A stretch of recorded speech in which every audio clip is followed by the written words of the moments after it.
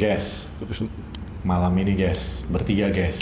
Kayaknya ini bakal jadi format barunya Porsalang sih. Iya. Bertiga ya. Wah. Tapi sebelum berempat sama Minpor. Ya, Minpor. Oh iya. Tadi sebenarnya kita mikirin apa nih opening ya. Nih, gua kasih opening. Minpor tadi off cam udah kasih nazar. Kalau Manchester United juara, dia bakal monolog sendirian di depan kamera. Kalau juara. Duet sama gua. Sama kameraman Arsenal berdua. Boleh. Jadi gua sama Emon sama Reski bisa libur. Mereka berdua yang nge-host. Jadi kalian doain MU juara. Kalian doain MU juara ya. Ya, Miracle Carrick. Nah, biar bisa kayak gini nanti.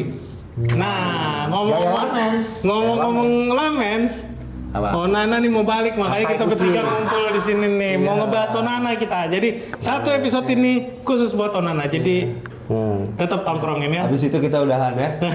Karena Onana balik. Enggak. Gua sekarang udah punya satu jargon baru. Kalau kemarin-kemarin kan gua selalu bilang ini badut ulang tahun gua bilang kan. Deh. Sekarang baru kebar. Kalau gua sekarang melihat kemarin Onana bikin postingan tuh. I will fight for my place at Manchester United. Merinding dong, merinding. Nah, iya kan. Walaupun kata kameraman Arsenal dia ngelihat kan postingannya, terus ada yang balas komen. Cuman kalau gua cuma Jahat, satu bahasa gua untuk Onana ya. Bang, lu di Liga Turki aja kebobolannya banyak banget bang. Udahlah, save your face ya.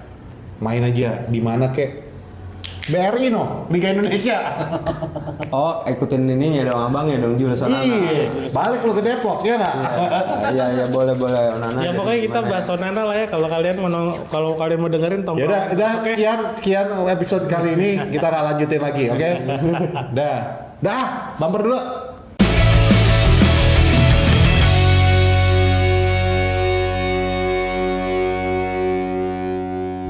Kembali lagi di Porsalang bersama saya Patrick Brebon. dan Reski. di belakang kamera ada kameraman Arsenal seperti biasa dan Minpor. Rame nih. Gila, Minpor semenjak naik jabatan makmur susah ya. Belakang layar mulu deh ya. Kalau Peter kan ya. Aduh. Ini Minpor datang karena kita mau bahas Onana, bro. Ya, Dia emang. langsung ngetik Iya, ya. langsung nih kayaknya. Tapi gue butuh klarifikasi sih ya dari dia ini. Lu kenapa sih bela Minpor? Bela Onana? Warna bagus, cuma salah masa aja. Oke. Kalau dia di masa bareng sama Taibi, mungkin dia akan bagus. Enggak. Bener. Gua cuma satu pertanyaan sekarang kalau soal Onana. Yang ngide bahwa Onana itu siapa sih? Lagi gak enak anjir. Iya. Nyalain Van der Sar lo. Van der Sar bias aja sih. Van der Sar yang Iya. Bias aja dia. Kemarin Tapi di Inter bagus kan? Inter bagus. Inter bagus. Inter Eh. actually bagus. ini udah sering gua ngomongin 2 musim yang lalu ya di Porsalang ini udah gua. Lu bilang Onana bagus di Inter. Ya, Chris Smalling juga bagus tuh di AS Roma. Ini pasti pada bingung kenapa sih ini kok Porsche jadi bahas Onana? Lu pilih mana? Kita bahas Arsenal apa bahas Onana? Itu. Udah bosen kan? Ya, makanya kita mau bahas Onana di sini. Iya. Nggak mesti Onana juga lah yang dibahas. Biar kita bawa Eski ke Porsalang ya. Untuk Manusia yang punya pengetahuan. Waduh. Jangankan Premier League, jangankan La Liga, ya elah. Kalau yang ngebahas La Liga mah banyak yang udah tahu. Banyak. Yang ngebahas Serie A juga banyak yang bisa. Ya, yang ngebahas Championship nah. siapa yang tahu soal Wrexham? Nah, Ada sih box ada satu. Oh, ada. Dex mah jago kalau. Oh, Dex ya. Dex Dex mah ahlinya. jago. Ya, ahlinya Oke. tuh. Jadi Nih, hari ini dia pakai komputer. tahu nggak yang tahu jersey apa komen di bawah ya. ya. Yang bisa menjawabnya dengan benar, lu boleh nanti pas nobar nabokin kameraman Arsenal.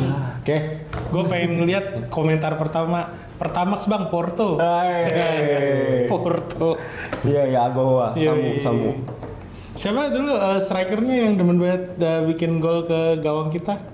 Benny McCarthy. Benny Benny McCarthy. McCarthy. Akhirnya Benny ditarik McCarthy. sama Sempat jadi pelatih kita. Blackburn. Kan dia sempat jadi pelatih MU. Iya. Oh iya Tahu juga nggak? ya. Pelatih Slice, benar, kan? benar. Pelatih Slice zaman tenar. Zaman Ten Hag. Ya, Tapi Nggak guna. nggak dokter juga cuman sih. ini doang, bercanda doang buat Iya. bercanda doang. Kalau ngomongin Porto dulu ya, gue yang paling ingat tuh Deco. Ya, Costinha, Manis.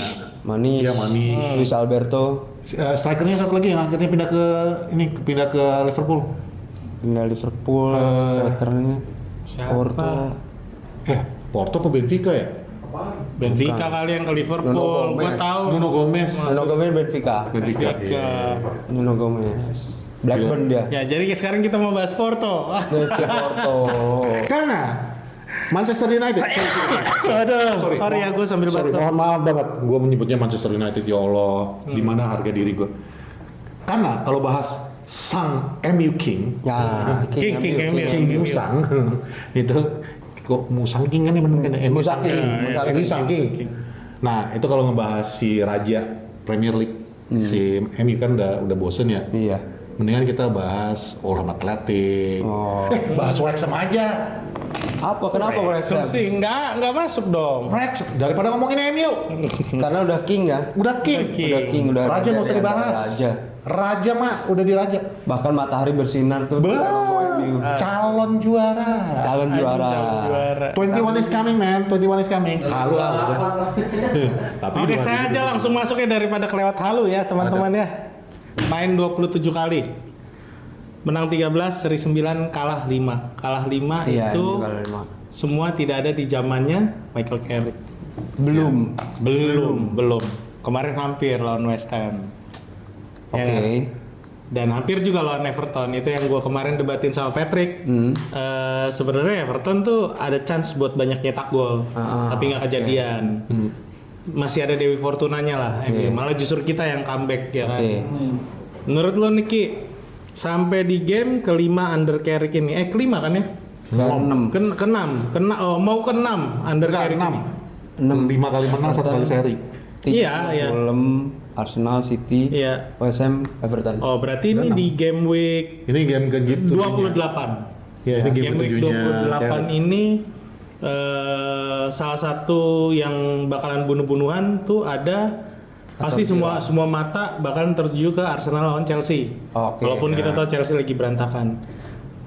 Kita udah tinggal beda 3 nih sama Liverpool sama Chelsea. Ke atas ya Di beda 3. atas, di Oh iya, ke bawah bawah. kita. Di bawah. Di bawah kita. atas, Nah, ada ke juga, atas ya. ke Aston Villa.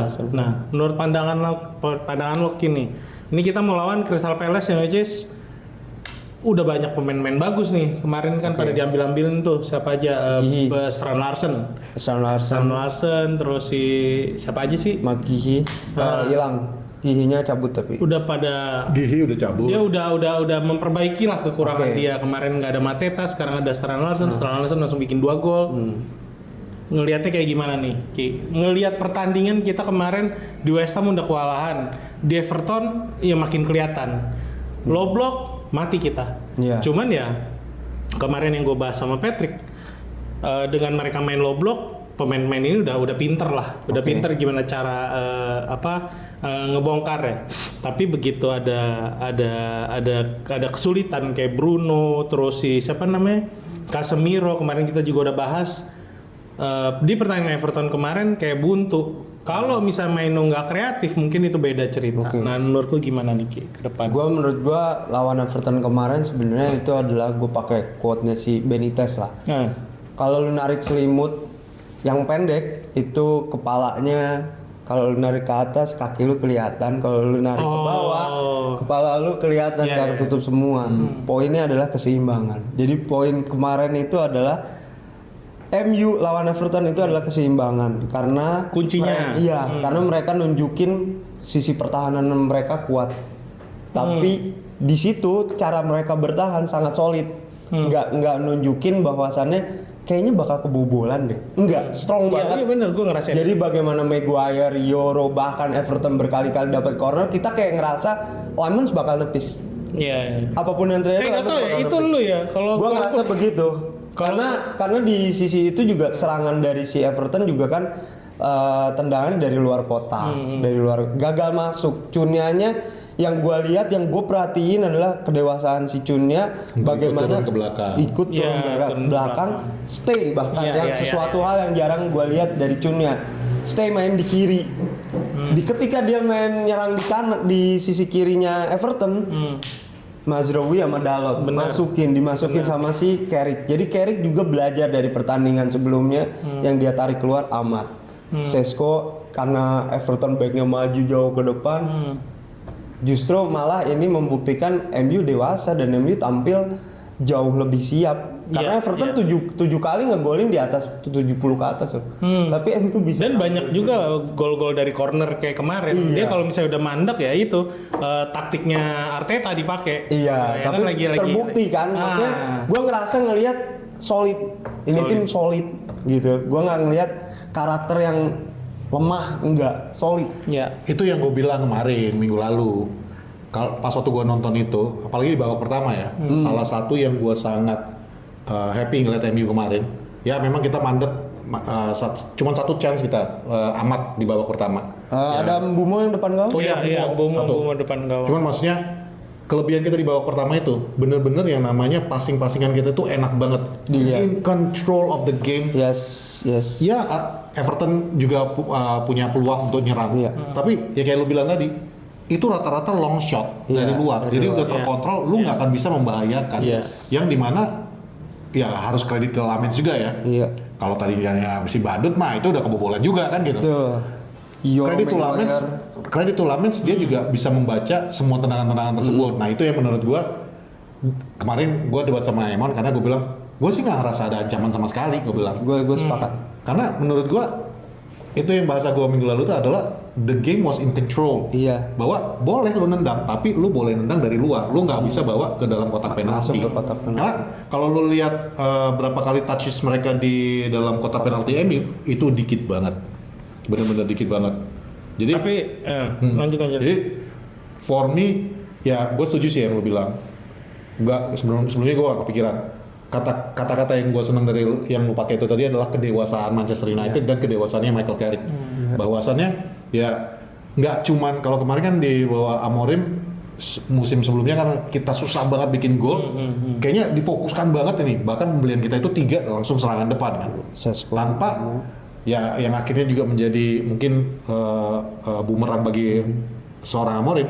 Midfieldernya nggak ketutup. Tutup. Apalagi karena kemarin tuh maksain dia bukan maksain sih. Memang dia mainnya dengan 3 back. Mau nggak mau midfielder itu makin terekspos tuh. Iya. Ditambah lagi dengan masalahnya dengan Kobe Mainu apa semua. Karena clearly Kobe is a quality. Yes. Dan kemarin tuh terlihat banget kedewasaannya Kobe menjaga lini tengah bersama Casemiro. Casemiro. Dan ini yang kemarin itu gua nggak nyalain Amorim, dia pasti punya sistemnya sendiri. Tapi menurut gua disitulah kelemahannya Amorim, keras kepalanya. Dia lebih memilih Ugarte kan daripada Kobe. Man. I don't understand problemnya apa. Gue tahu itu udah pernah gue Nah jelasin. itu maksudnya whatever it was, terlihat di bawah Carrick ini sekarang itu yang balik lagi ke kata-kata kedewasannya itu. Carrick benar-benar bisa memanfaatkan semuanya karena semuanya balik lagi bermain di posisinya mereka. Iya. Itu yang menurut gua nggak cuma fokus kepada lini serang lagi. Gua udah punya nih pemain-pemain yang bisa bikin gol. Masalahnya sekarang bisa nggak gua menghilangkan penyakit Manchester United yang selama ini? Iya. Yaitu ketika udah mimpin dua gol pun bisa kejadian Arsenal, bola, jadi iya. sama atau Iya. malah ketinggalan jadi kalah 3-2. Iya.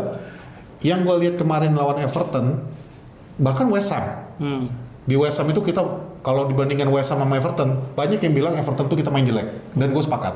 Tapi kalau dibandingkan sama West Ham lebih parah kita di Iya, West Ham. sebenarnya di West Ham sih benar. Nah kalau kemarin kalau gue lihat, Carrick tuh udah belajar. Oke, gue nggak bisa ngebongkar low blocknya. Gue kasih bola ke dia. Itu yang kita udah bahas minggu lalu kan. Iya. Di babak kedua gue kasih bola ke lu. Lu yang nyerang ke gue. Makanya di babak kedua terkesannya Everton bangkit. Padahal ya itu yang diinginkan MU kan. Nah, itu yang menurut gua Itu skema yang udah ditunggu. ya, itu kenapa ini podcast. Gua agak berbeda dari kalian. Oh iya, nggak apa-apa. Karena kalau Patrick tadi setuju dengan apa yang Eski bilang kedewasaan, gue justru tertarik dengan kata keseimbangan. Itu yang menurut gue nggak ada dimiliki sama Manchester United under Ten Hag sama under Ruben Amorim. Kalau kita ngomongin dewasa, kurang dewasa apa waktu under Amorim mereka willing tuh yang mereka nggak lakukan waktu di zaman Ten Hag, lari setiap menit. Itu kenapa alasannya si Rashford akhirnya keluar, Garnacho ngambekan kan dipaksa buat lari setiap saat. Tapi begitu under Amorim di musim kedua luar biasa, dari awal musim kita lihat mereka lari setengah mampus, nyari bola kemanapun tapi tetap terkontrol, ya kan. Gue ngelihat ada sistem yang dibikin sama Carrick tuh hingga dari depan, tengah ke belakang itu seimbang. Semua pas dengan porsinya. Kalau kita lihat dulu 3 back, gue nggak ngebelain Amorim. Tapi ketika kita keserang, kita setengah mampus mau bertahan, turun sampai ke bawah, hingga jarak yang berkali-kali gue bilang musim lalu, jarak antara pemain belakang dari Harry Maguire ke Ahmad itu terlalu jauh. Gapnya bahkan dari Bruno mau ke belakang ke kalau dia mau tektokan sama si Dalot atau Shaw, atau dia mau ke depan langsung ke arahnya Ahmad atau Mbeumo, itu kadang kejauhan waktu di zaman Ruben Amorim. Ruang antar lininya terekspos. Ketika lawan Carrick somehow dia bisa nyimbangin. Mungkin menurut gue bukan karena 4-2-3-1-nya, karena semua pemain ini udah belajar, udah tahu gimana caranya gue main buat temen gue, bukan gue main buat supaya gue terlihat hebat. Itu kenapa Mainu sekarang lebih works menurut gue ya. Karena waktu di zaman Ruben Amorim kita lebih butuh bertahan, karena kita keserang, kita kerepotan buat balik. Itu kenapa dia lebih butuh defender midfielder. Nah sekarang ketika udah seimbang nih, menurut gua nggak perlu lagi double pivot yang emang semua fokus buat bertahan. Ada Maino yang bisa dia kreatif loh beberapa kali. Dia dasarnya menurut gue sih box to box ya, Bang. Bener. Dia ngedelay bola. Bener. Dia pintar. Ngatur tempo. Iya, dia ngatur tempo. Mungkin nggak sejago Bruno, visinya nggak sejago. Bahkan lawan Everton Bruno hilang loh. Benar, itu yang gue bahas kemarin. Bruno hilang, Casemiro hilang, karena Bruno bingung, Casemiro nggak deliver bolanya ke teman-temannya di depan. Tapi Maino berhasil nyambungin komunikasi dari belakang ke depan. Itu yang gue suka. Jadi balik lagi, kata-kata seimbang ini yang menurut gue yang kita nggak pernah nemuin. Terakhir kita ngeliat itu mungkin di zaman Jose Mourinho sama Van Gaal. Ini dia, Mang. Gue nggak tahu lu setuju atau nggak nonton ya. Kalau gue ngelihat, kan banyak yang bilang, wah di bawah Ruben Amorim rekor terjelek, manajer terjelek 38%, bla bla bla. Cuman ya ini yang dari kemarin, balik lagi nanti gue dibilang pengacara Amorim lagi nih. Enggak. Gue bilang ini ya. Kita lagi ngebahas Carrick nggak apa-apa kok jadi pengacara. Carrick sebenarnya itu bisa dikatakan beruntung. Beruntungnya kenapa? Tugasnya Carrick ini kan sekarang, ya itu yang pernah kita juga dibahas di Porsalan. Steven. Tugas Carrick dengan tugas Amorim itu berbeda. Tugas Amorim pada waktu itu adalah membentuk sistem. Tugas Carrick adalah menjamin kita tetap di Eropa. That's it. Game per game. Jadi dia nggak perlu untuk membentuk sistem. Sistem bisa terbentuk. Yang tadi kita udah sebut barusan. Udah nggak ada lagi Rashford. Udah nggak ada lagi Garnacho. Semua ya. Atau Anthony yang berkali-kali minta main. Jadi Anthony kan gue bilang, Kunya mau kayak kemarin lawan Everton, mau turun dan bertahan di belakang. Itu luar biasa. Itu semua mentalitas yang sudah dibentuk oleh Amorim. Ini yang gue bilang, kalau lu ngata-ngatain Amorim nggak ada gunanya gini, lu salah bro. Karena the football game itu nggak bisa lu bilang, wah di bawah Amorim jelek, di bawah Carrick ternyata bisa. Iya. Ini pemain-pemain yang sekarang udah bisa main, ikut turun ke belakang, ikut bertahan, udah jadi balance kayak kata lu bilang tadi. Itu yang dibentuk siapa? Secara nggak langsung bisa dibilang udah berevolusi ya. Nah itu dia. Makanya tadi gue setuju. MU sekarang ini udah lebih dewasa, lebih mature. Karena kita kelihatan lah semuanya seimbang. Sebenarnya tambahannya adalah average position ketika era Amorim kan kacau. Iya.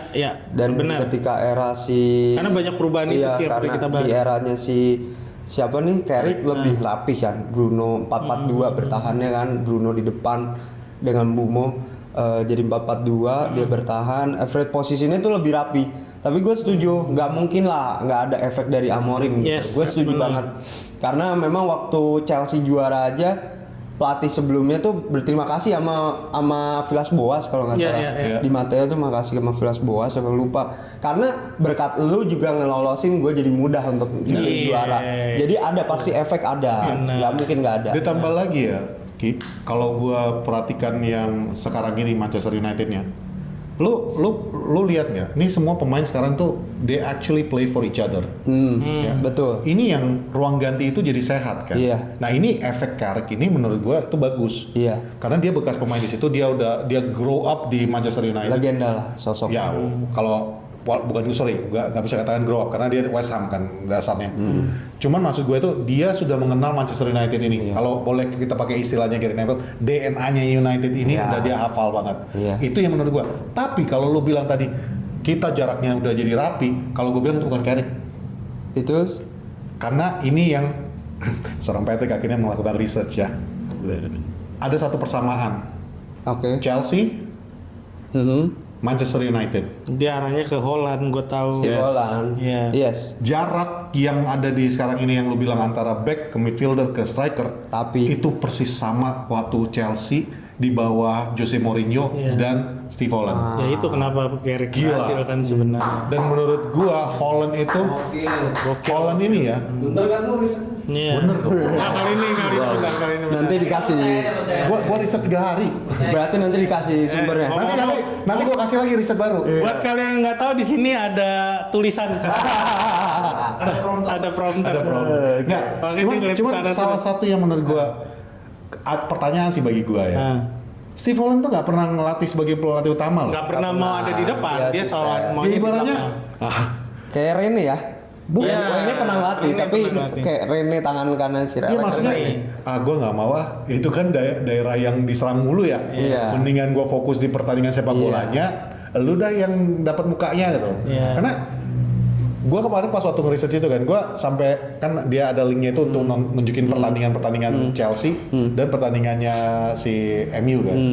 Lah, kok mirip ya permainannya. Walaupun formasinya beda ya. Waktu di Jose itu dia main 4-4-2 diamond, yang satu di atas. Yang bikin mirip tuh sebenarnya 4-3-1-2. karena dia berhasil menyeimbangkan jarak antar pemain. Iya. Itu yang nggak Itu pernah dia. terjadi sebelumnya kan. Makanya gue bilang tadi kalau zamannya dari Ruben Amorim sampai di akhir-akhirnya dia tuh masih sering kelihatan Bruno mau deliver bola tuh kayak susah banget. Makanya kita ngeliat kayak Bruno jago banget ya. Passing jauh sebenarnya enggak. Ya karena emang dia harus melakukan itu. Kalau sekarang kan hampir nggak kelihatan. Kita kan juga sering bahas kan, Mon. Di Poros juga kita udah berapa kali bahas. Di zaman Amorim sekalipun kita udah bilang, kita beberapa kali ulang nih. Bruno played at the wrong position. Dia nggak nyaman di 6. CMF. Tadi lu bilang mau ngomong apa tadi? Apa tadi? Karena rapet. Jadi kalau MU dapat second ball atau dia main long ball iya, daerah ke betul. depan itu dapat dia. Dapat. Karena rapet. Hmm. Itu salah satu juga yang di Hearts juga make itu soalnya. Iya. Nah, itu lagu kan ada yang remix tuh. Bruno Cunha. Iya. Itu seharusnya yang bikin lagu berterima kasihnya sama Steve Holland. Karena jarak itu itu yang dekat. Makanya MU sekarang ini kan sering banget yang mainnya pas-pasnya dia one two. Dibilang tiki taka bukan tiki taka. Tapi betul-betul yang namanya mereka itu bisa passing sedekat itu. Iya. Itu juga yang kemarin babak pertama Everton yang gue bilang cakep banget passing-passingannya. Dia nggak setuju, gue bilang babak pertama Dalot mah bagus, gue bilang. Dalot bagus banget. Kemarin yang bagus nggak banget. nonton siapa? Bagus banget kemarin. Sumpah Dalot tuh babak pertama keren. Bukan. Even babak kedua pun gue masih oke lah. Bisa Babak kedua ada lah beberapa kesalahan. Kalau gua Mazrui masuk lebih kan, ngeliatnya gini, bukan dari secara gua menilai pemain itu bagus atau enggak, mungkin berbeda dengan orang-orang yang nonton bola iya. atau ya. Gimana? Kalau dari gua tuh keputusan akhir dia. Oke. Dia bola oke, visinya oke, dia cari ruang oke. Tapi keputusan terakhirnya itu, Pet, yang menurut gua kayak ini orang memang tolol gitu ya harusnya. Justru kemarin itu bagus, Mon. Enggak, Dia ada buang beberapa bola. hal gini maksud gue bukan yang ngebela Ya. apa yang gue lihat. Tapi menurut gue kalau dia kalau dia memutuskan gimana ngomongnya, keputusan akhir dia lebih baik, mungkin kita udah unggul dari babak pertama, kita lebih kuat lagi di babak kedua. Ya. Itu yang menurut gue kayak Tapi- emang nih orang kurang Menurut gua aja. untuk membela Dalot Ah. memang kualitas bagusnya itu enggak yang Jadi Nevi. Iya, iya. Maksudnya Nggak bagusnya dia tuh dari biasa aja. Dia bagus gitu tapi loh. nggak pinter kalau menurut Iya, gue gitu udah lah. gitu loh. Tapi kalau kalian punya Jadi pendapat ekspektasinya sendiri, tinggi nih soalnya. Gue ngapain kayak gini-gini? katanya kameramen Arsenal kalau kalian setuju apa yang gue ngomong, silakan komentar di bawah atau emang menurut kalian, wah bang, Dalot tuh bagus udah dipasang aja Ya, di Manchester komentar United. ya. Tapi Komentar di bawah. Menurut gue Nggak Dalot boleh. tuh nggak pernah ada di level bagus. Dia cuma bener nggak Itu bener. Nah itu oke. kemarin bener. Kalau kemarin bener. Ya. Bagus kok Dalot. Enggak, bagus. Datang dari seorang kameraman Dalot bagus Arsenal. pas di loan ke Milan bagus. Ya. Siapapun Sebaiknya di yang loan main lagi Serie A aja jadi kalau gitu. bagus. Sebaiknya di loan lagi aja. Nih kritik lagi nih. Iya. Udah lah, jangan di loan out lagi lah, dijual aja udah. Dijual lah. Tapi dia secara statistik progresif bolanya Iya, selalu ke dia depan. progres. Mas Rawi kalah. Iya. Itu kenapa dia dipakai Iya. karena dia larinya Iya. dari bertahan dari nyerang ke bertahan bagus. Nah, Kalau sekarang- Mazraoui kan lebih ke tengah ya. Sekarang kita balik. Yang bola tau mas. Betul. Sekarang kita balik ke Crystal Palace. Oke. Gimana nih Ki? Menurut lo Ki besok? Palace itu menurut Coba gue gua lihat sambil gue lihat ya. dia baru ini. 2 kali menang ya? Weles masih ada Gareth Southgate ya. Gua? Ya. Hah? Tahun berapa itu? Yang diinjek soalnya gitu. Itu Aston Villa Itu- dia. Aston Villa dia. Bukan kayak. Kok Aston Villa? Bukan kali. Gareth Southgate. Gareth Southgate Southampton. Enggak dong. Oh, yang Aston ini Villa. Sampai guys. Southgate kayaknya nggak pernah di Di mana ya? Gue lupa juga. kita cek ya. Gue sebagai YouTuber. Komen di bawah kalau kalian tahu. Oh enggak riset ya. Wah, parah. Itu mah tugas utamanya Minpor ya. Maka oh tahun 95 dia di Crystal Palace sempat Peles itu yang Iya, diinjek. Peles. Aston ya. Villa 95 2001. Ingat banget gue diinjek lagi. Pokoknya Itu gue tahun ingetnya berapa? bajunya garis-garis aja. Enggak, bajunya kuning. Bajunya Oh yang kuning, iya bawah. benar-benar. Aston Villa. Nggak tahu udah di Aston Villa tahun berapa tuh? Aston Villa atau dia di Palace? Beres. Tapi balik lagi tuh Ki, Aston Villa nih udah berapa pertandingan nih? Kalau tanya Dia tuh baru 2 kali seri, 2 kali menang, 1 Iya kali kan? kalah. Belum Tapi bangkit banget kan. beruntungnya di 2 pertandingan terakhir karena dia kan laga Carabao ya kalau nggak salah. Jangan Carabao sedih. Europa League Di ini conference. Conference dia lawan Conference League. tim anta beranta lah.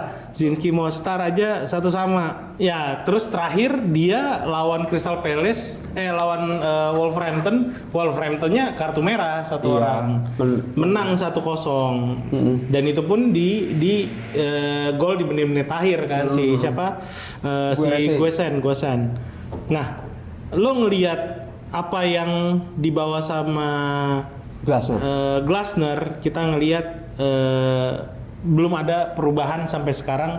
Glasner tuh masih stick dengan 3-4-3-nya. Iya, masih. Yang kita tahu mastering 3-4-3 tuh masih punya Amorim karena dia udah ketemu Amorim udah Iya, sebenarnya kesulitan lah. 3-4-2-1 kan. 3-4-2-1 betul. Yeremi Pino. Iya, iya, iya. Sar. Pape Menurut gua Sarr, yang bikin bangkit Pape Sarr, Ismail Ismail Assar. Assar. Menurut gua yang bikin Crystal Palace tajam lagi itu baliknya Ismail Assar dari Afcon. Oh ya, Iya, jadi lebih tajam. Gua lupa dia udah berapa gol sejak balik lagi. Tapi salah satu pemain kunci dari Crystal Palace itu Sarr. Ketika dia nggak ada, diganti sama Devni, pemain mudanya. Itu juga belum jalan banget. Nah, kehilangan Guihi sebenarnya bukan cuman kehilangan seorang back, tapi juga pemain yang bisa ngelakuin ball playing defender. Iya, Karena dia salah satu Kuat. bagus banget buat progresi ke depannya. Efek taksir ya. Iya, makanya dia ditaksir Pep. Dia itu kadang salah satu keunggulan main 3 back itu dia nambah pemain di tengah jadinya buat nyerang. Makanya nggak ada Guihi ini sebenarnya jadi nilai plus buat MU ketika ngadepin si Crystal Palace yang mainnya juga bukan low block ya, dia lebih high press. Jadi ini menurut gua Carrick harusnya bisa menang karena on paper Crystal Palace bukan lagi dalam kondisi bagus dan kita main di Old Trafford jadi Kemarin kita bisa menang lah lawan Crystal Palace. Kemarin kita lawan mereka di Selhurst Park aja kita bisa nguasain pertandingan. Iya, Maksud gua itu iya. dengan sama-sama 3-4-3. Iya. Kenapa sekarang enggak gitu Iya, kan? banyak di isu juga kan. Oke, Oke, Crystal Palace sendiri kan banyak isu juga kan. Iya. Jadinya menurut gua walaupun ada baru Stan Larsen, gua rasa Gesan juga baru ya iya, kan. menurut gua mereka belum seimbang lah. Jadi mereka juga masih ada kendala di internal issue. Glasner juga lagi nyari kepercayaan dari manajemen kan, dia sempat konflik apa segala macam, dan ini jadi musim terakhir dia di Crystal Palace, dan bahkan dia juga dalam tekanan karena Crystal Palace sulit mendapatkan 3 poin. Iya. Baru- Oh, Glasner juga ini musim terakhir ya? Musim terakhir kan dia nggak perpanjang. Nah, ini kan artinya, ntar lu rada out of topic. Iya. Itu yang gue bilang tadi, ini banyak pelatih-pelatih bagus nganggur di musim panas. Karena Thomas Frank juga dicabut kan. Bukan cabut malah, udah dipecat. Thomas Frank MU. Iya, nggak tahu lah itu. Jauh. Thomas Frank masih belum bisa kelola pemain bintang menurut gua. Iya. Dengan berantem sama Van de Ven. Ya itulah, makanya menurut gua si Glasner ini juga dalam tekanan dari publik lah. Jadi ada pressure. Ada pressure. Dia datang ke Old Trafford. Iya. Cuman bedanya gini mungkin kalau dari sisi gua ngelihat Crystal Palace ini kan masih di Conference League. Dan besok ini pertemuan kedua dia lawan si klub Mostar itu lah. Zrinski. Mostar. Ntar pagi dia main. Ini kita tag di hari Kamis, berarti Jumat pagi dia main. Iya. 2 hari kemudian dia harus bersiap lawan Manchester United. Datang ke Old Trafford. Bedanya mungkin ada beberapa pemain fresh, pemain baru yang sekarang ada di tubuh Crystal Palace yang di pertemuan pertamanya United masih under Ruben Amorim, lawan mereka tuh belum ada. Iya. Mereka cuma bisa maksimalin si Mateta. Bedanya sekarang ada Stan Larsen, ada Guesan, terus siapa pemain Getafe tuh gue lupa. Siapa ya? Ada pemain tengah pemain bertahan lah. Bukan. Sama jangan lupa ada Brandon Johnson. Brandon Johnson. Nah, Iya. kita tahu nih Yeremy Pino. Uche. Uche itu juga bagus menurut gua. Uche udah ada di musim Defendernya. Nah, Yeremy Pino ini kemarin aja walaupun mereka main buruk kayak gitu tetap jadi ancaman tuh. Iya. Dia pindah dari kanan ke kiri tapi kebanyakan operasinya di kanan kan ya. Winger lah dia. Ya winger. Nah sekarang ada Brandon Johnson nih, yang artinya kan punya banyak pilihan buat ngakalin apa yang udah dibangun sama Carrick Iya. nih. Menurut lu gimana? Menurut gua walaupun si Crystal Palace punya banyak pilihan, tapi ada fakta menarik kalau misalnya Glasner ini pelatih yang paling lama ngeganti pemain. Jadi Menarik ya. Iya, Iya. paling lama lah buat narik pemainnya keluar, gantiin pemain. Uche udah ada dari sebenarnya udah ada lama Uche. Terus walaupun pemain-pemainnya ada Brennan Johnson, tapi Brennan Johnson juga gue lihat belum ngasih banyak impact ya. Yang ngasih banyak impact kan langsung Stan Larsen yang memang Matetanya itu banyak dikritik. Iya. Mateta banyak dikritik, gagal ke Milan kan dia? Iya. Gagal ke Milan dan Tapi itu gara-gara ini bukan sih emang hah? gara-gara Lutut kan ya, lututnya. cedera kan. Nah, Mateta ini kan juga banyak peluang-peluang. Iya, Lagi iya. dalam masa lagi dikritik juga permainannya karena dia banyak buang peluang depan gawang. Iya, iya. Jadi masuknya Stan Larsen yang baru ini juga bikin fresh aja. Iya, Tapi sebenarnya. apakah kualitasnya sama Mateta? Nah, itu yang belum tentu. Walaupun dia udah nyetak 2 gol. Ya, walaupun dia udah nyetak 2 gol. Mungkin yang akan jadi sorotan, mereka datang bukan dengan kekuatan penuh, karena kita tahu kekuatannya dia di sebelum musim dingin kemarin sampai Desember tuh masih di Guehi, Iya. di Lacroix, sama Dokure, Ada Marton satu lagi. ada Marton, Iya. sama sesekali dibantu sama Lerma. Yang which is nih orang-orang semua nggak ada nih. Lerma Ya backnya kan? Iya. Lerma back. Nggak ada semua nih. Mereka bertahan dengan siapa? Hughes. Will Terus Will Hughes juga udah bukan starter sekarang. Richards. Ada Daichi Kamada. Ya, Chris Kamada. Richards. Chris Richards. Bahkan ya. Daichi Kamada nggak pernah ngelihat gua. Cedera kayaknya. Cedera juga kan. Jadi dia cuma bertahan dengan orang-orang kayak bisa dibilang lebih ke wingernya, Iya. kuat di sayap gitu. Iya. Nah lo ngelihat, nah gue juga mau nanya Patrick nih, Apa tuh? kalian ngelihat Manchester United sekarang dengan permainan yang dibawa sama Carrick, dengan keseimbangannya, dengan 4-2-3-1-nya dan tidak menutup kemungkinan fleksibel, kadang-kadang berubah jadi 4-4-2, Iya. kalau bertahan 5-4-1 atau 4-5-1. Ini lawan 3-4-2-1 saklek yang udah pasti mereka main dari sayap. Menurut lu chance kita kayak gimana? Dari Patrick dulu dah. Kalau gue sih sesimpel ini aja, di luar formasi, di luar apa semua itu emang, yang in the back of the mind of Michael Carrick sama tim ini, kalau kita menang, kita sama poinnya dengan Aston Villa. That's it. Mereka berarti ngincar Itu dulu yang dikejar. Nggak, maksudnya kalau dari Ya sisi enggak, itu pertandingan enggak, ya. dari sisi Itu udah pertandingan kita- pasti jadi goalsnya Ya, itu Carrick makanya. saat ini. Makanya bagi gua itu jadi sebuah faktor yang bakal mendorong pertandingan besok. Ya. Kalau dari sisi pemainnya sendiri, satu, Carrick juga bukan tiba-tiba masuk nggak mengingat apa yang mereka udah Iya. latih selama Yes. bersama Ruben Amorim. Dia juga pasti ngeliat pertandingan terakhirnya Betul. Ruben Amorim Dan kan. demikian juga dengan pemain. Justru kalau gue bilang ada advantage kemarin tuh MU bermain di tiga back. Kenapa? Mereka sudah tahu formasi 3 back ini seperti apa Iya. operasionalnya.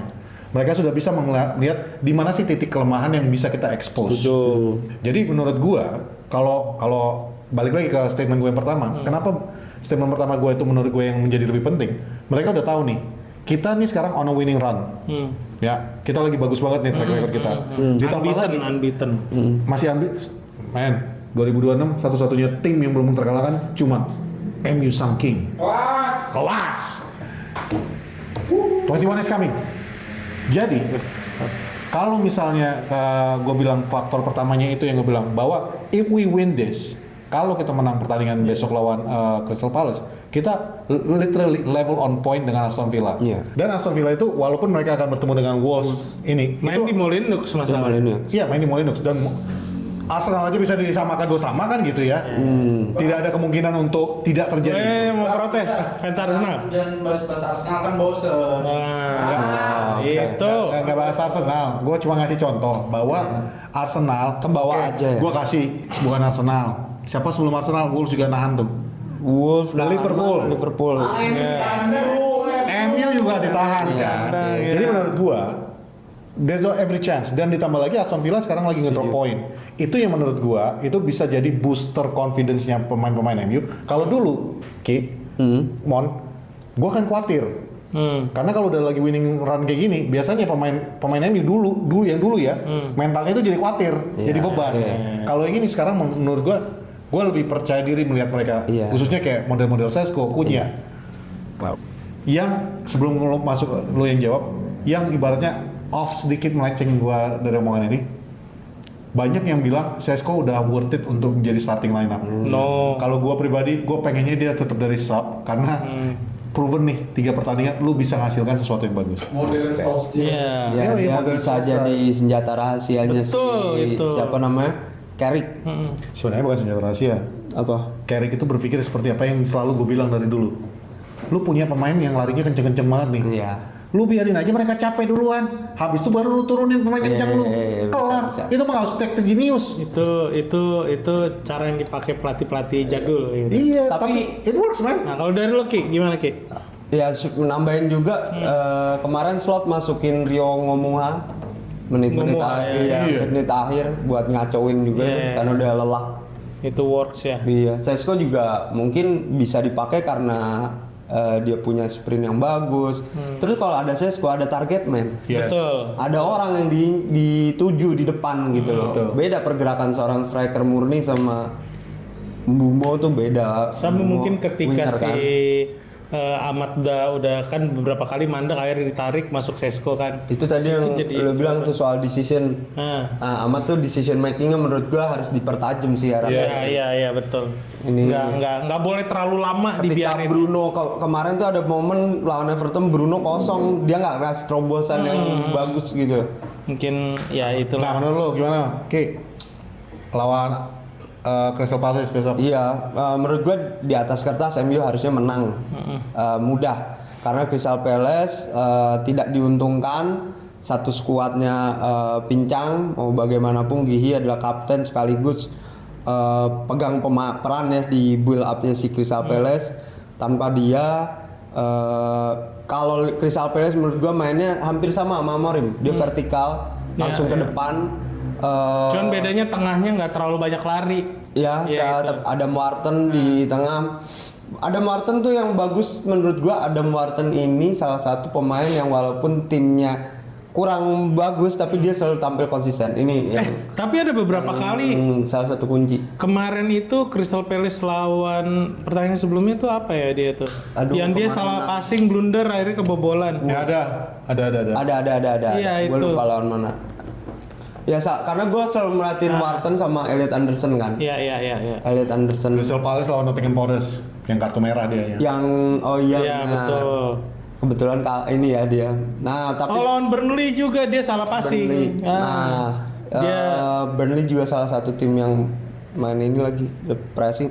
Tapi poinnya adalah si Crystal Palace ini menurut gua masih di bawah Manchester United. Harusnya Manchester United di bisa atas kertas harusnya bisa menang ya. bisa menang.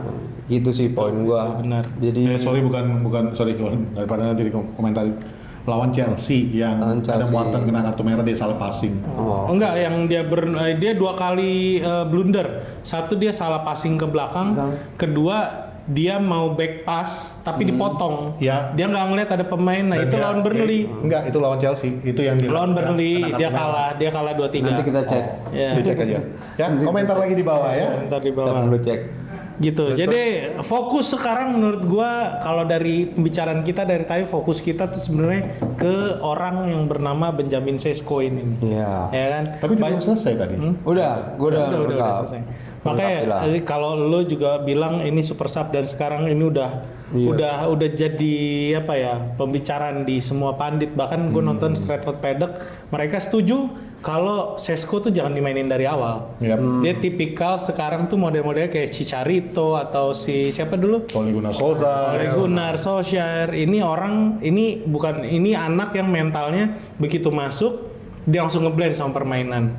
Kalau lu mainin dia dari awal, sayang tenaganya karena dia punya kecepatan di mana ketika dia masuk dari awal dia berhadapan dengan back-back Inggris yang sama cepatnya. Kalau gue bilang kemarin dia menang lawan Tarkowski, mungkin bukan karena Tarkowski gue nggak setuju kalau orang bilang itu bang dia pemain udah tua. Enggak, yang namanya lari tuh nggak bisa dibohongin gitu loh. Masalahnya startnya dia dari awal memang udah langsung kenceng, beda sama Tarkowski yang kalau endurance ya atribut pemain bola. Pergerakan awalnya itu tarikannya ada yang lambat, ada yang kenceng. Nah, Sprintnya. Sesko unggulnya di situ. Akselerasi dia lebih baik, jauh lebih baik karena dia memang benar dia lebih muda, tapi dia jauh lebih baik Ditambah lagi kalau gue bilang yang kejadian kemarin daripada Cunha, maksud gua. Sesko kenceng lari kemarin. Itu adalah salah satu faktornya. Tarkowski juga nggak akan nyangka bahwa si Sesko bakal lari. Iya. Karena itu memang dia dari belakang. Jangankan Tarkowski, gue yakin satu stadion itu juga kaget si Tapi kan Sesko lari sekencang itu. sebagai back berpengalaman dia tahu ada Sesko di situ, berarti dia akan nyangka Sesko lari. Iya, enggak, Yang dia nggak nyangka adalah Lari tarikan sekencang. pertamanya Nah, makanya. itu akselerasinya terlalu. Itu kalau lo lihat replay, kencang. kelihatan tuh pas waktu di midfield, Tarkowski kan udah lari duluan. Iya, nggak kelihatan. Udah duluan lari, Sesko menyusul kan.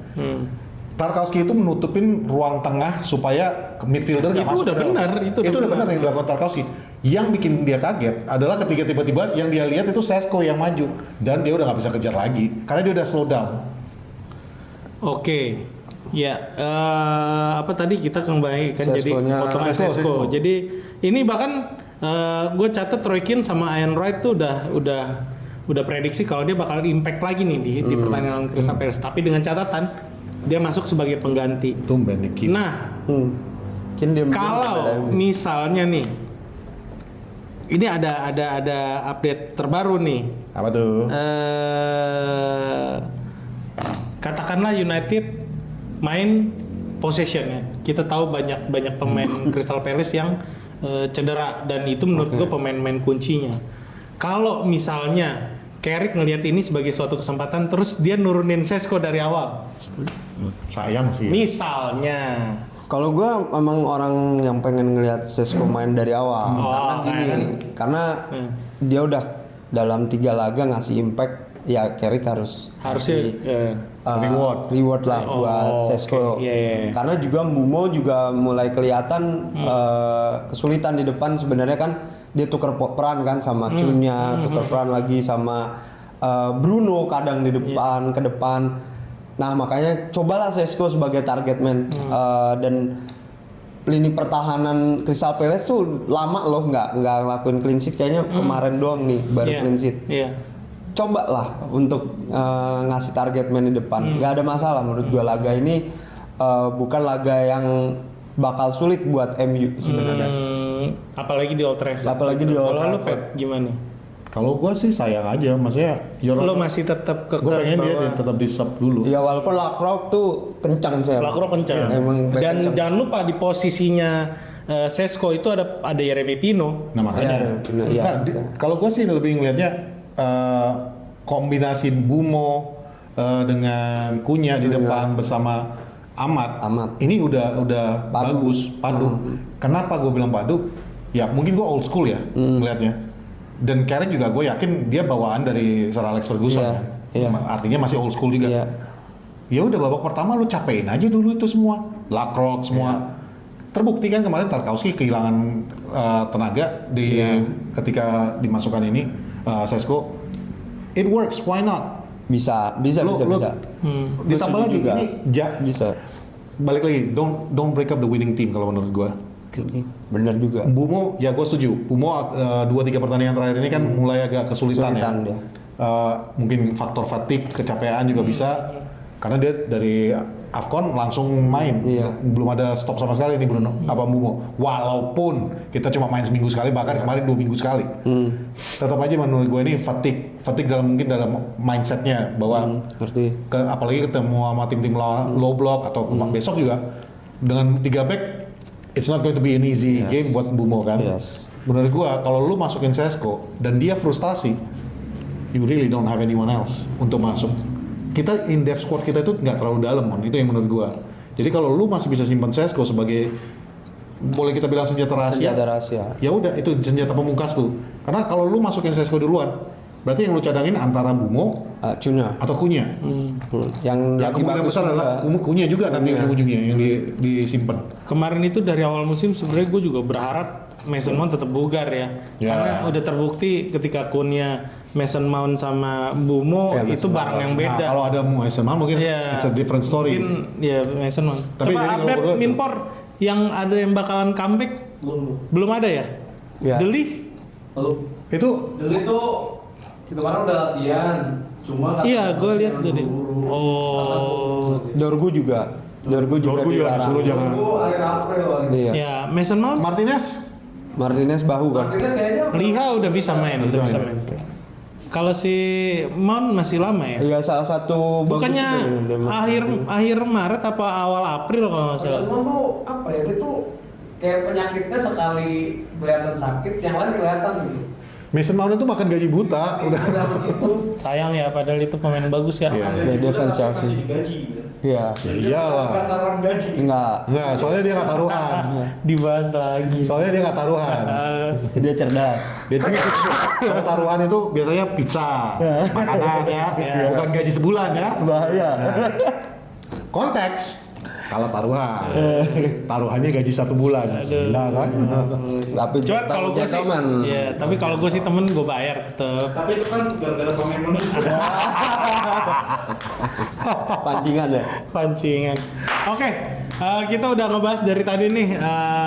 Sebelum kita prediksi squad dan lain-lain, gue mau kasih tahu kita bakalan bikin nobar besok itu bukan di Lithium Rooftop Bar. Tidak. Untuk kali ini kita mau join sama temen-temen dari United Indonesia Jakarta. di mana Minpor?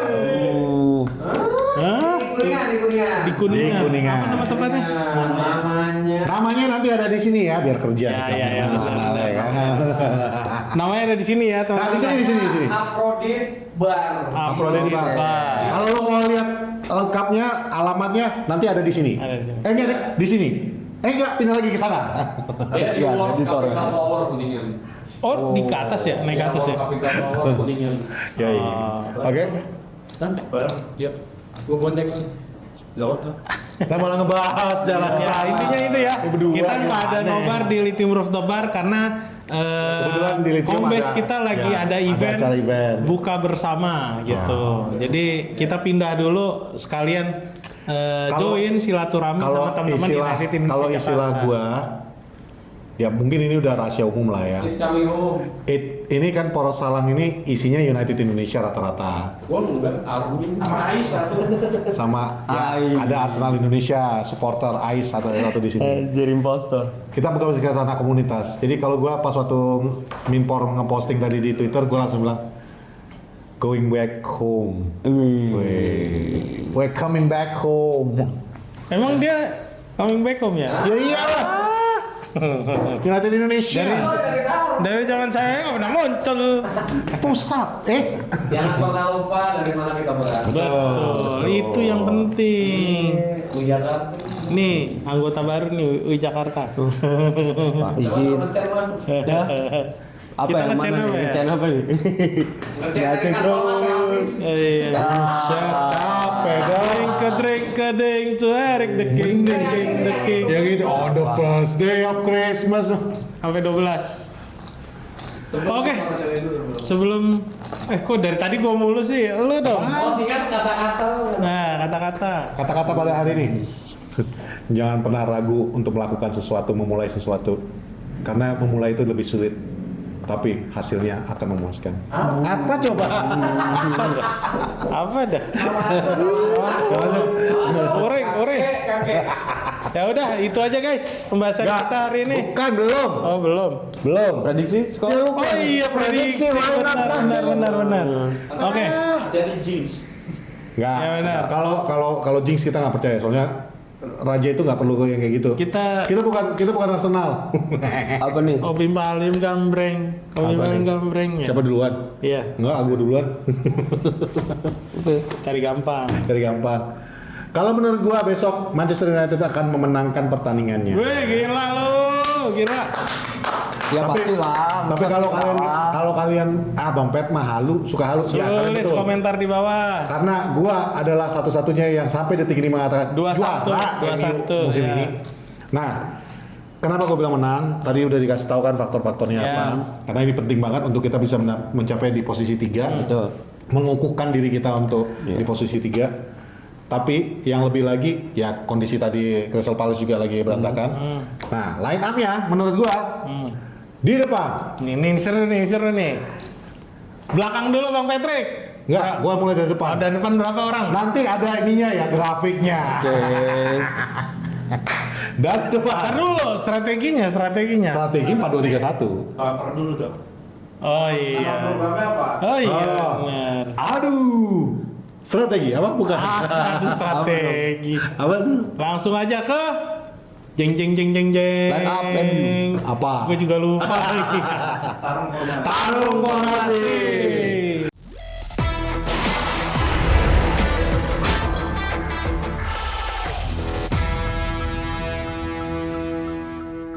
Oke. Gua 4-2-3-1. Ya. Oke. Karena itu yang digunakan Carrick kan. 4-2-3-1. Gua mulai dari depan. Oke. Yang satunya adalah Mbumo. Momo. Ya. Bu mau lo taruh depan? Depan. Oke. Mbumo paling depan. Di kirinya yang dua ada Mateus Cunha dan di sebelah kanannya Amad Diallo. Oke. Yang di tengah salah gua kan. 4, 2, Bener. 3. Iya. Oh iya benar. Benar, Tiga. Yang 3 ini Bruno. Bruno. Di posisi 10. Kiri kanannya ada Kobe Mainu dan Casemiro. Iya. Oke. Tiganya. Itu tiganya. Enggak, depan tadi udah Bumo, Udah, Cunha, Bumo, Ahmad. Cunha, sama Oh, 1, sama 3. Ahmad. 3 berarti Iya. ya. 4-2-3-1. 4-2-3-1. Oh. Tapi udah kesebut duluan. Nah, udah disebut duluan. Nah, tinggal 4 backnya nih kan. Pusing, nah, ngeditnya pusing. pusing. Dia pusing. Ngeditnya pusing. Ini saja kita biar pusing. Gua aja yang dengerin juga pusing. 4 backnya. Kiri sudah pasti yang bermain adalah Luke Shaw. Shaw. Di tengah 2 center back, Harry Maguire. Dan kalau Martinez sudah sembuh, gua ngarepin Martinez. Licha. Satu aja. Hah? Jadi lu maunya siapa? Oh, ya udah. Kayaknya Leny Yoro sih. Oke. Jadi Maguire, Leny Yoro. Di kanan Di kanan seperti biasa Mazraoui. kesukaan Bang Emon, Dalo. Diego Dalo. Ya, kipernya Andre Onana. Tulis ya nanti Andre Nana ya. Oke. Enggak lah, Lamens. Udah disebut. Oke, langsung. Gua 4-3-3. 4-3-3. 4-3-3. Bumo, Cunnya, sama siapa kanan? Ahmad, masih Oke, Ahmad. iya. Terus Bruno, Casemiro, Mainu. Yang sebenarnya 4-3-3-nya juga 4-2-3-1 kan. Iya. Ya. 4 backnya Dalot masih sama, Maguire, Licha, kiri Shaw, kiper Lamens kayaknya buat mainin Sesko, Carrick belum sih, karena harus jadi ngorbanin masih pemain dari kan. cadangan. Iya. Betul, karena artinya harus ada dua orang penyerang kita yang udah proven dari kemarin harus diistirahatin. Even dia mau narik amat pun kayaknya susah. Cuman ada yang Oke. sedih. Mon, kita ngomongin Sesko begitu bagus. Kan kita masih punya Zerzi ya. Oh iya, tapi emang enggak lah ya, Emang enggak. di depan dulu sih dia. Bukan dia, maksudnya dia Amorim dia fail. Iya. Oke, dari gue mungkin agak berbeda sedikit dengan teman-teman yang lain. Porsi. Kalau gue sama 4-3-3 juga. Oh, karena dia main 3 back. Ya, Amorim dong. Iya, Amorim nggak mungkin. 3 di depan itu pure menurut gue sih kayak bakal main 4-3-3 nggak 4-2-3-1 karena Oke. ngelihat track recordnya 3-4-2-1 nya Glasner tuh gampang banget expose 4-2-3-1 nya lawan. Even si Pep waktu itu sempet pakai Oke. dia 4-1-4-1 dia 4-2-3-1 di babak kedua berubah 4-1-4-1. Oke, kalau dari gua 3 di depan. Oke, gua akan berbeda ya. Jadi gua Sesko, Ahmad, Bumo. Cunnya berarti nggak Cunnya main. yang Kun yang bakalan diistirahatkan. Bumu main di kiri. Hah? Bumu main di kiri. Main di kiri, Ahmad di kanan. Terus itu kan udah terbukti berapa kali mereka tukar-tukaran Iya, tuh tiga-tiganya kan. Terus 3 di belakang itu ada Maino, Bruno. Gue berharap dia ditaruh di sebagai attacking midfielder. Jadi 2-4-2-1-3 malahan. Jadi 2 di belakang itu 4-3-3-nya si Maino sama Casemiro. Casemiro, tetap. Di belakang gue berharap Shaw sama Liha udah bisa main. Lalu Harry Maguire dan Mazraoui. Mazraoui. Dalot. Di belakang ya tetap Lamens. Itulah. Nah, jadi ada sedikit perbedaan dari kita bertiga. Itu aja dari gua. Gimana Oke. ada dari Cukup. SK? Cukup. Ya. Kata-kata hari ini Minpor. Katakan hari ini Sesko akan main gantiin Ahmad. Wih. Semoga terjadi. Oke, Oke. karena kita dilarang untuk membahas Arsenal terus, tidak perlu kata-kata dari kameramen Arsenal. Gua Patrick. Nggak juara. Gua Reski. Dan gua Raymond. Kata-kata terakhir dari gua, Arsenal nggak juara. Ini para salah. Ah. Kata-katanya dong.